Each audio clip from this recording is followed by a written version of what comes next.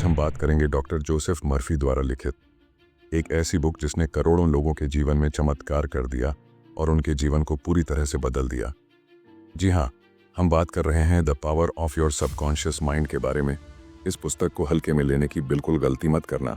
ये subconscious mind के बारे में लिखी गई अब तक की सबसे बेस्ट बुक है।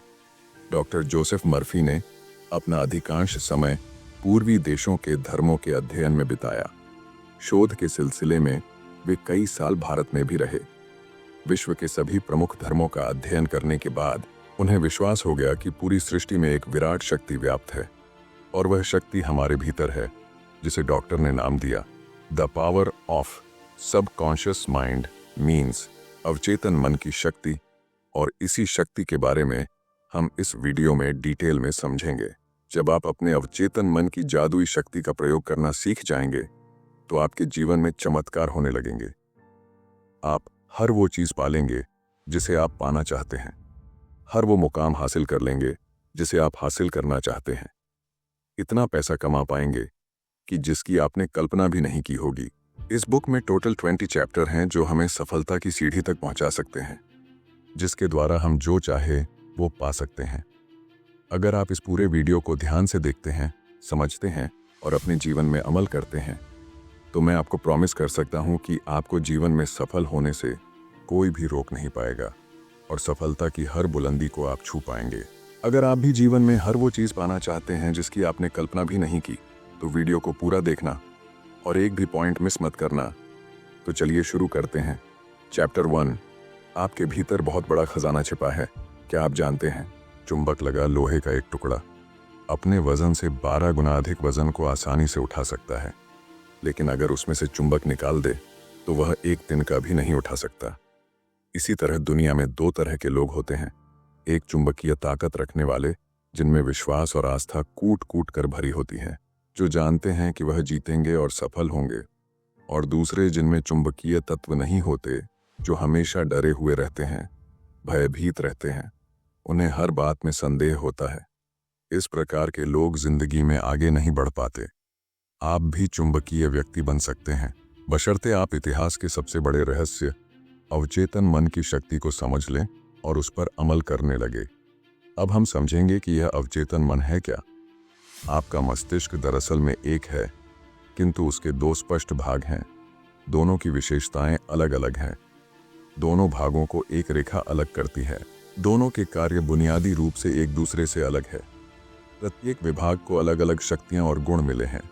एक चेतन मन और दूसरा अवचेतन मन, जो सतह पर दिखाई देता है, यानी जैसे आप दिखाई देते हो वो चेतन मन है। और जो आपके अंदर का मन, जो आपके अंदर है, जो दिखाई नहीं देता, वह अवचेतन मन है। चेतन मन और अवचेतन मन एक दूसरे से कैसे कनेक्टेड हैं, ये एक स्टोरी से समझते हैं। एक बार महान ओपेरा गायक एनरिको कैरुसो अपने करियर की शुरुआत में मंच पर जाने से घबरा रहे थे। डर के मारे उनके गले की मांसपेशियां ही ऐंठ गईं। उनका चेहरा पसीने से तरबतर हो गया। वे शर्म और घबराहट में मंच के पीछे चले गए। कुछ ही पल बाद उन्हें हजारों लोगों के सामने परफॉर्म करना था, लेकिन पब्लिक को देखकर उन पर डर की भावना हावी हो गई। उन्होंने कांपते हुए कहा, मैं नहीं गा सकता, सब लोग मुझ पर हंसेंगे। वे अपने ड्रेसिंग रूम में जाने के लिए मुड़े, तभी अचानक वे रुक कर चिल्लाए, भाग जाओ डर, तुम्हें भागना ही होगा, भागना होगा, भागो यहाँ से। वे दोबारा मंच पर गए और सीना तान कर खड़े हो गए और उन्होंने ऐसे गाया कि सुनने वालों का दिल जीत लिया। इस स्टोरी से हमने क्या सीखा? जब आपका चेतन मन डर, चिंता और तनाव से भर जाता है तो आपके अवचेतन मन में भी नकारात्मक भाव प्रवाहित होने लगते हैं, और यही नकारात्मक भाव चेतन मन में दहशत, आशंका और निराशा भर देते हैं। जब कभी आपके साथ ऐसा हो तो एनरिक कैरुसो की तरह आप भी अपने चेतन मन के नकारात्मक विचारों के समक्ष पूरे साहस और विश्वास के साथ डटकर खड़े हो जाएं और अपने मन में कहें, मैं पूर्णतः नियंत्रण में हूं, मैं यह काम आसानी से कर सकता हूं। यह बहुत आसान है। जब आप चेतन मन को इस तरह आदेश देंगे तो आपका अवचेतन मन शांति और सद्भाव से भर जाएगा और आपके अंदर जोश, उत्साह और शक्ति आ जाएगी और आपको ऐसे परिणाम मिलेंगे जो आपने सोचे भी नहीं होंगे। मान लीजिए कि आपका मस्तिष्क एक बगीचा है और आप उस बगीचे के मालिक हैं। अब आपके बगीचे में कौन सी फसल उगेगी? ऑब्वियसली आपके बगीचे में वही फसल उगेगी जिसके बीज आप उसमें बोएंगे। उसी तरह हम भी अपने मस्तिष्क के बगीचे में दिन भर अपने विचारों के बीज बोते हैं। अब ये विचारों के बीज आते कहाँ से हैं? ये उत्पन्न होते हैं हमारी आदतों से। अगर आप कांटे बोते हैं तो क्या आपको अंगूर मिलेंगे? कंटीली झाड़ियाँ बोएंगे तो क्या अंजीर की फसल मिलेंगे? जैसे विचारों की बुआई आप अपने मस्तिष्क में करते हैं, वैसे ही परिणाम आपको मिलते हैं। अब सवाल ये है कि आपको चेतन मस्तिष्क में ही अच्छे विचार क्यों सोचने हैं? तो जवाब है क्योंकि आपका चेतन मन सही गलत में फर्क नहीं कर सकता। ये तो बस चेतन मन द्वारा सोचे गए विचारों को अस्तित्व देने का काम करता है, चाहे वो सही हो या गलत। ये बहुत ही इंपॉर्टेंट लाइन है। अगर एक बार में समझ ना आई हो तो बैक जाकर दोबारा सुन लेना। फॉर एग्जाम्पल, अगर कोई इंसान है जो किसी पर बहुत ज्यादा गुस्सा है और उसका गुस्सा इस हद तक बढ़ गया कि वो उसका खून करना चाहता है और बार बार बोलता रहता है, मैं उसको मार डालूंगा, मैं उसको मार डालूंगा, उसका खून कर दूंगा। बार बार यही बातें बोलने की वजह से ये सारी बातें उस इंसान के अवचेतन मन पर अंकित हो जाएंगी और अलादीन के चिराग से उत्पन्न हुए जिन की तरह उसका अवचेतन मन बोलेगा, जो हुक्म मेरे आका, और वो ऐसी परिस्थितियां उत्पन्न कर देगा कि वो इंसान एक दिन सचमुच खून कर देगा। अब किसी का खून करना यह तो बहुत बुरी बात है, तो अवचेतन मन ने उसे यह सब करने से रोका क्यों नहीं? क्योंकि अवचेतन मन सही और गलत में फर्क नहीं कर सकता। यह तो बस चेतन मन द्वारा सोचे गए विचारों को अस्तित्व देने का काम करता है, चाहे वो विचार सही हो या गलत। और अगर कोई स्टूडेंट एग्जाम में टॉप करना चाहता है और बार बार बोलता है, मैं टॉप करूंगा, मैं टॉप करूंगा, मैं टॉप करूंगा, बार बार बोलकर इस विचार को अपने अवचेतन मन में अंकित कर देता है, तो फिर से आपका अवचेतन मन कहेगा, जो हुक्म मेरे आका, और वो ऐसी परिस्थितियां उत्पन्न कर देगा, आपको इतनी मेहनत करने पर विवश कर देगा कि वो स्टूडेंट एग्जाम टॉप कर लेगा। यह अवचेतन मन हर उस चीज को हकीकत में ला सकता है जो आप हासिल करना चाहते हैं। इसलिए आपके मस्तिष्क में आने वाला प्रत्येक विचार महत्वपूर्ण है।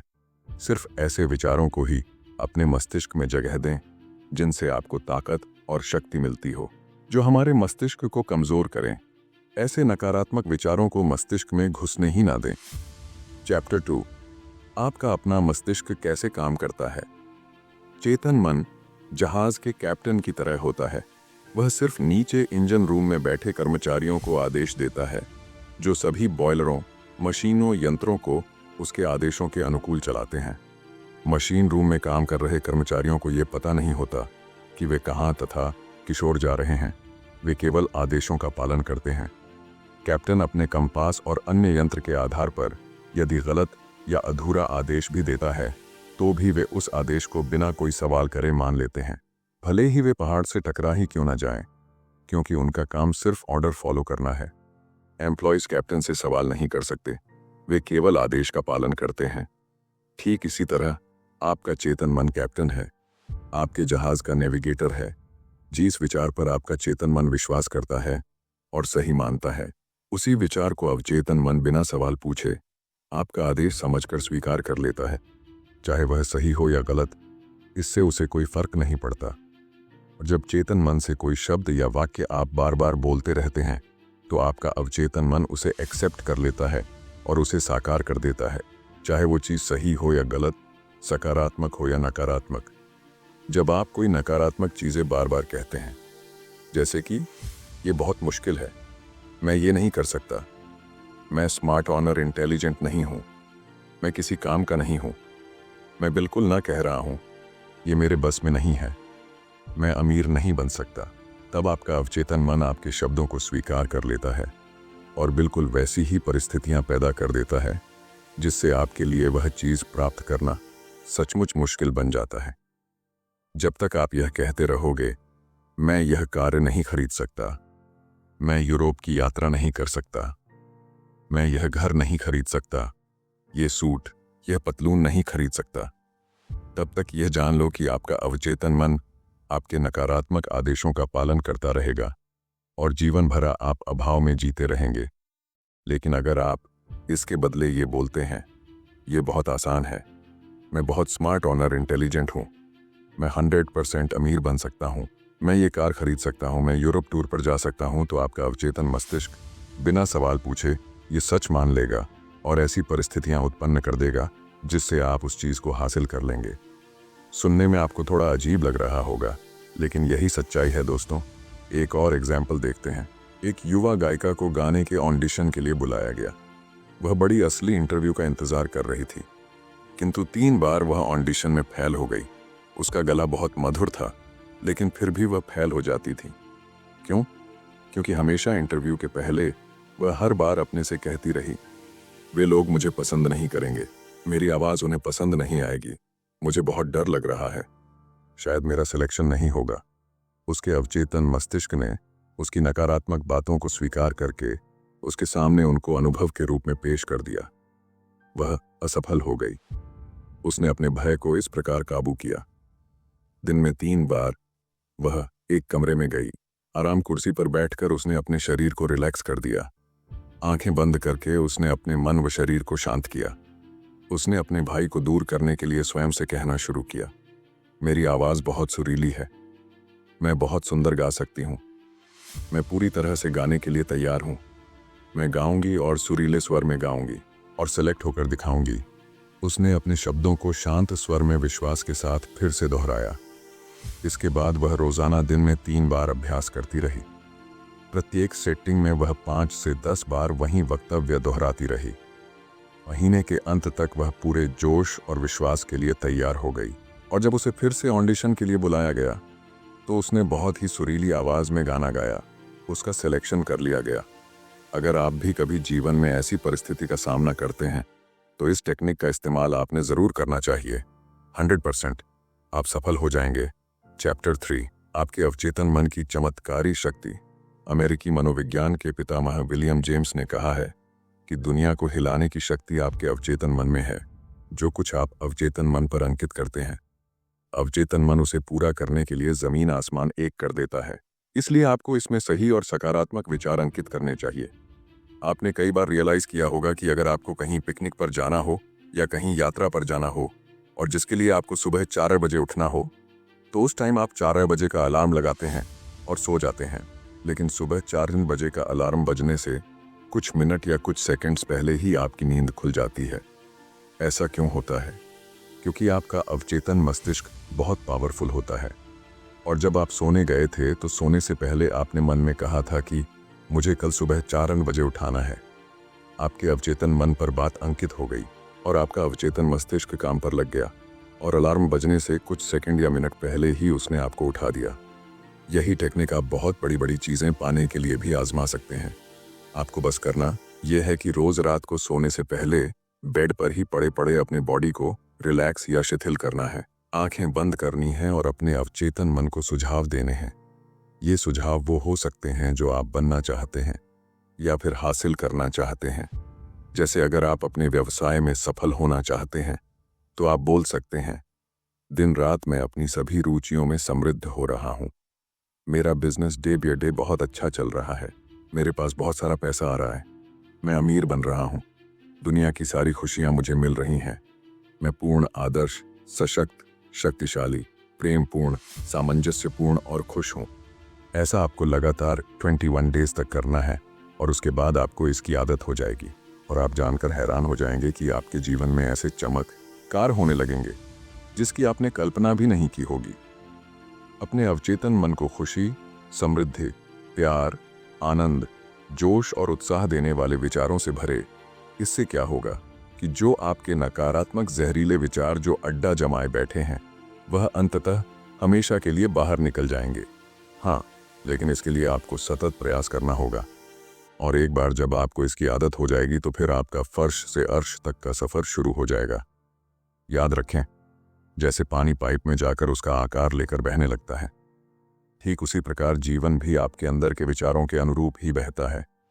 चैप्टर 4, प्राचीन काल में मानसिक उपचार। प्राचीन समय में जब आज की तरह बड़े बड़े हॉस्पिटल्स नहीं थे, तब भी लोगों का बीमारियों से इलाज किया जाता था और लोग अपनी बीमारियों से ठीक भी हो जाते थे। उस समय मनुष्यों को बीमारी से ठीक करने का ज्ञान पुजारियों और धर्मगुरुओं तक ही सीमित था। लोग विश्वास करते थे कि ईश्वर ने उन्हें कुछ विशेष शक्तियां दी हैं जिनके द्वारा वे उपचार कर सकते हैं। ये पुजारी और धर्मगुरु इलाज करने के लिए मंत्रों का, तावीज़ों का, अंगूठियों या स्मृति चिन्हों का प्रयोग किया करते थे। जब कोई बीमार हो जाता तो लोग उन्हें इन पुजारियों या धर्मगुरु के पास ले जाते और वे सिर्फ मंत्रों और ताबीज़ों के सहारे ही उनका इलाज कर देते थे और रोगी ठीक भी हो जाता था। क्या आपको लगता है कि वे रोगी सिर्फ ताबीज़ों या मंत्रों की वजह से ही ठीक होते थे? ऑथर कहते हैं कि वे सिर्फ मंत्रों या ताबीज़ों की वजह से नहीं, बल्कि अवचेतन मन की शक्ति से ठीक होते थे। जैसा कि हमने पहले देखा कि लोग उन पुजारियों में, धर्मगुरुओं में विश्वास करते थे कि वे उनका इलाज कर देंगे। उनकी आस्था बहुत ज़्यादा होती थी। जैसे ही रोगी उनके पास जाता तो रोगी को लगने लगता कि अब मैं ज़रूर ठीक हो जाऊंगा, और यही निर्देश उनके अवचेतन मन में अंकित हो जाता था कि अब वे ज़रूर ठीक हो जाएंगे। और जैसे हमने इससे पहले ही समझा है कि अवचेतन मन में जो विचार अंकित हो जाता है वो हकीकत का रूप ले लेता है, और इसी वजह से वह रोगी ठीक भी हो जाते थे। हमारा अवचेतन मन इतना पावरफुल है कि यह हर बीमारी का इलाज कर सकता है। आपकी आस्था जितनी ज़्यादा होगी, आपको परिणाम भी उतना ही जल्दी मिलेगा। चैप्टर 5, आधुनिक युग में मानसिक उपचार। जिस तरह से प्राचीन समय में पुजारी और धर्मगुरु इलाज करते थे, उसी तरह आज के आधुनिक युग में लोगों का इलाज करने के लिए डॉक्टर्स और हॉस्पिटल्स हैं। लेकिन पुरानी कहावत है, डॉक्टर घाव पर पट्टी बांधता है और ईश्वर उसे ठीक करता है। यहाँ पर ईश्वर शब्द का प्रयोग अब चेतन मन के लिए किया गया है। कोई भी डॉक्टर या सर्जन पूरी तरह से यह दावा नहीं कर सकता कि उसने मरीज को ठीक कर दिया। उपचारक शक्ति एक ही है, हालांकि इसे अलग अलग नामों से पुकारा जाता है, जैसे प्रकृति, जीवन, ईश्वर, रचनात्मक ज्ञान। लेकिन वास्तविकता में ये सभी अवचेतन शक्ति की ओर इशारा करने के भिन्न भिन्न तरीके हैं। एक पेशेंट था जिसकी जीभ में लकवा मार गया था और सभी प्रकार के चिकित्सकीय उपचार व्यर्थ हो गए थे। उसके डॉक्टर ने रोगी को बताया कि उसके पास एक नया यंत्र है जिससे उसे विश्वास है कि उसका इलाज हो जाएगा। डॉक्टर ने पॉकेट थर्मामीटर रोगी के मुंह में लगा दिया। रोगी ने उस नए यंत्र की कल्पना की जो उसे ठीक करने के लिए लगाया गया था। कुछ ही मिनटों में वह खुशी से चिल्ला उठा कि उसकी जीभ फिर से चलने लगी है। एक युवती डॉक्टर के पास आई। उसने लिखकर बताया कि पिछले 4 सप्ताह से उसकी आवाज़ बंद हो गई है। डॉक्टर ने जांच में यह सही पाया। डॉक्टर ने उसे बताया कि गुम हुई आवाज़ कभी कभी बिजली के प्रयोग से लौट आती है और यह तरकीब आसानी से सुझाव के प्रभाव से भी की जा सकती है। मैंने बिजली का वह ऑपरेटर्स मंगवाया और उसके स्विच को दबाकर सिर्फ उसे यह महसूस कराया कि उसे शॉक दिया जा रहा है, जबकि असलियत में उसे कोई शॉक दिया ही नहीं। बाद में डॉक्टर ने मरीज के अवचेतन को कुछ निर्देश दिए, जैसे अब आप जोर से बोल सकती हो। डॉक्टर ने उसे ए अक्षर दिखाया, फिर बी, और बाद में मारिया। वह धीरे धीरे बोलने लगी। गुम हुई आवाज लौट आई। इन दोनों एग्जाम्पल्स में किसी भी मेडिसिन का यूज नहीं किया गया, फिर भी दोनों मरीज ठीक हो गए। क्यों? क्योंकि डॉक्टर सिर्फ उनके अवचेतन मन को यह विश्वास दिलाने में कामयाब हो गया कि उसके पास जो चीज है उससे वे जरूर ठीक हो जाएंगे। उनके अवचेतन ने उसे एक्सेप्ट कर लिया और उनको ठीक कर दिया। इसे ही प्लेसबो इफेक्ट या बिलीफ सिस्टम भी कहा जाता है। वैज्ञानिक बताते हैं कि 11 महीनों में आपका शरीर नया बन जाता है। कैसे हमारे शरीर की लाखों कोशिकाओं हर रोज मर जाती हैं और उनके जगह पर नई निर्माण हो जाती हैं। हर 11 महीने में हमारे संपूर्ण शरीर की कोशिकाओं पूरी तरह से मर जाती हैं और उनकी जगह नई निर्माण हो जाती है। इसका मतलब शारीरिक दृष्टि से आप सिर्फ 11 महीने बूढ़े हैं। अगर आप क्रोध, ईर्ष्या और दुर्भावना के विचारों को अपने शरीर में दोबारा आने देते हैं तो इसमें आपके सिवा और कोई दोषी नहीं है। जैसे अंधेरे से छुटकारा पाने का तरीका रोशनी है, ठंड से उबरने का तरीका गर्मी है, वैसे ही नकारात्मक सोच से उबरने का तरीका सकारात्मक विचार रखना है। अच्छाई की घोषणा करें, बुराई अपने आप गायब हो जाएगी। चैप्टर 6, मनचाहे परिणाम कैसे प्राप्त करें। आपके अवचेतन मन को सराबोर करने का सबसे अच्छा समय सोने से ठीक पहले और जागने के ठीक बाद का होता है। ऐसा इस कारण है क्योंकि अवचेतन सोने से ठीक पहले और जागने के ठीक बाद सबसे ज्यादा सशक्त होता है। इस अवस्था में वे नकारात्मक विचार और तस्वीरें नहीं रहती हैं जो आपकी इच्छा को नकारती हैं और आपके अवचेतन मन द्वारा उनकी स्वीकृति को रोकती है। जब आप मनोकामना पूरी होने की वास्तविकता की कल्पना करते हैं और उपलब्धि का रोमांच महसूस करते हैं, तो आपका अवचेतन आपकी मनोकामना पूरी कर देता है। सेहत की भावना से सेहत उत्पन्न होती है, दौलत की भावना से दौलत उत्पन्न होती है। अब आप बताइए कि आपकी भावना कैसी है? कल्पना आपकी सबसे बड़ी आंतरिक शक्ति है। अच्छी और सुंदर चीजों की कल्पना करें। आप वैसे ही हैं जैसी आप खुद के बारे में कल्पना करते हैं। सोने से पहले अपनी इच्छा के पूर्ण होने की बार बार कल्पना करें। विश्वास करें कि वे इच्छाएं पूरी हो रही हैं और शांति से सोएं और खुशी से जागें। एक दिन आएगा जब आपकी इच्छा हकीकत में साकार हो जाएगी। याद रखें, अगर आपके जीवन में कोई समस्या है तो आप अपनी किसी भी समस्या का उत्तर बताने की जिम्मेदारी सोने से पहले अपने अवचेतन मन को सौंप दें। वो आपको उसका उत्तर देगा। दोस्तों, अगर आप अभी तक इस वीडियो में बने हुए हैं तो इसका मतलब है कि आप जीवन में बहुत आगे बढ़ना चाहते हैं और अवचेतन मन की शक्ति से जीवन में सफलता की बुलंदियों को छूना चाहते हैं, और ऐसा होगा भी जरूर। आगे आने वाले पॉइंट्स और भी इंपॉर्टेंट है, वीडियो में बने रहें। चैप्टर 7, धन और दौलत के लिए अवचेतन मन की शक्ति का प्रयोग कैसे करें। दौलत की चेतना विकसित करने का सटीक तरीका। आप एक काम करें, रोजाना सोने से पहले और सुबह उठने के बाद 5 मिनट तक ये 2 शब्द दोहराएं, दौलत और सफलता। इन शब्दों में जबरदस्त शक्ति है, ऐसा बार बार कहे। किसी लोरी की तरह आप परिणाम देखकर हैरान रह जाएंगे। दौलत बड़े हिमखंडों की तरह आपकी ओर प्रवाहित होगी। लेखक बताते हैं, एक बहुत चिंतित बिजनेसमैन मेरे पास आया। उसकी बिक्री और आर्थिक स्थिति बहुत खराब थी। मैंने उससे कहा कि वह अपने ऑफिस में शांत होकर बैठ जाए और बार बार दोहराए, मेरी बिक्री हर दिन बढ़ रही है। और इसी कथन को रात को सोने से पहले और सुबह उठने के बाद भी दोहराए। इस कथन के कारण उसके चेतन और अवचेतन मन मिलकर काम करने लगे। कुछ ही हफ्तों के अंदर उसे अच्छे परिणाम मिले। आप भी यही फॉर्मूला अपना सकते हैं।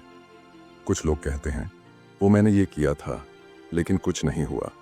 उनको परिणाम इसीलिए नहीं मिले क्योंकि शायद 10 मिनट बाद ही वे डर के विचार में डूब गए थे और उन्होंने उस अच्छे विचार को नकार दिया था जिसकी उन्होंने घोषणा की थी। जब आप सुबह जमीन में कोई बीज बोते हैं और दोपहर तक अगर वो पौधा नहीं बन जाता, तो क्या आप उसी दिन जमीन खोदकर ब्रिज को बाहर निकाल लेते हैं?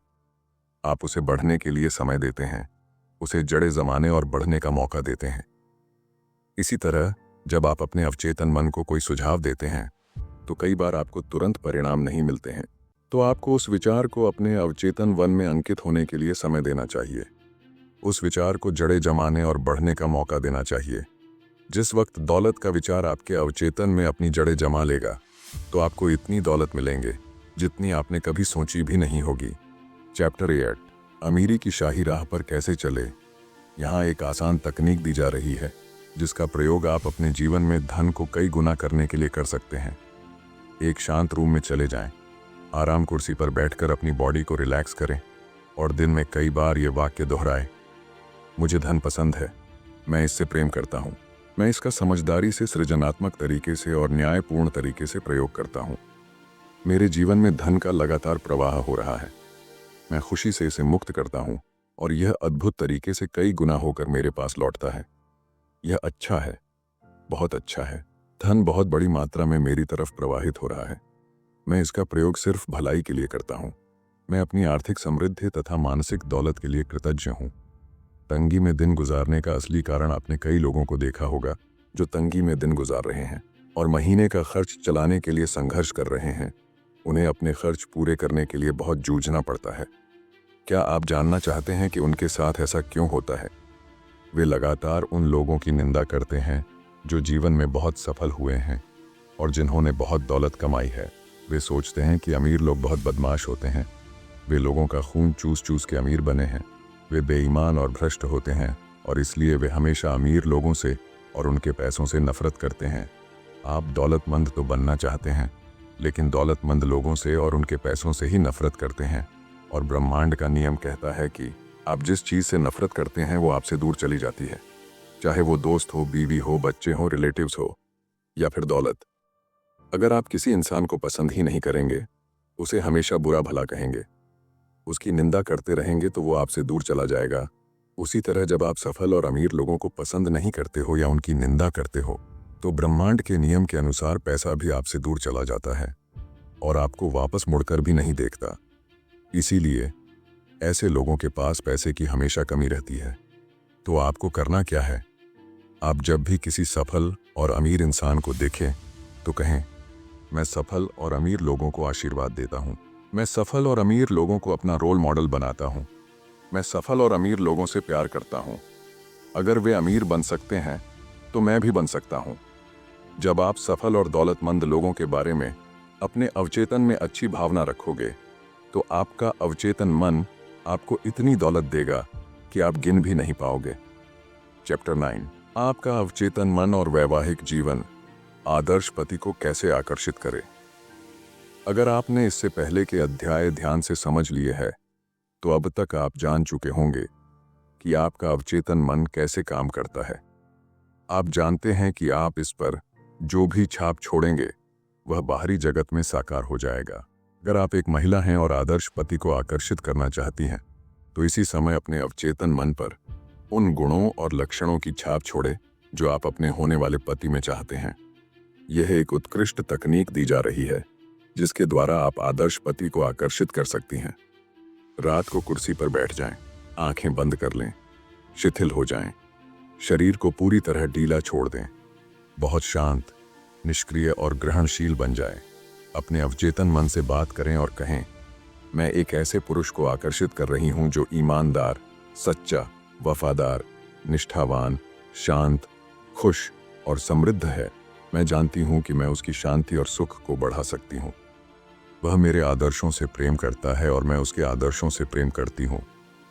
वह मुझे बदलकर नया नहीं बनाना चाहता है, ना ही मैं उसे बदलकर नया बनाना चाहती हूं। हमारे बीच आपसी प्रेम, स्वतंत्रता और सम्मान है। आदर्श पत्नी को कैसे आकर्षित करें? अपनी आदर्श पत्नी को आकर्षित करने के लिए नीचे दी गई सकारात्मक घोषणा करें। मैं ऐसी महिला को आकर्षित कर रहा हूं जिसके साथ मेरा बहुत अच्छा तालमेल होगा। ये महिला ऐसी है जिसके साथ मेरी जोड़ी आदर्श रहेंगी। वह आध्यात्मिक, निष्ठावान, वफादार और ईमानदार है, सामंजस्यपूर्ण, शांत और खुशमिजाज।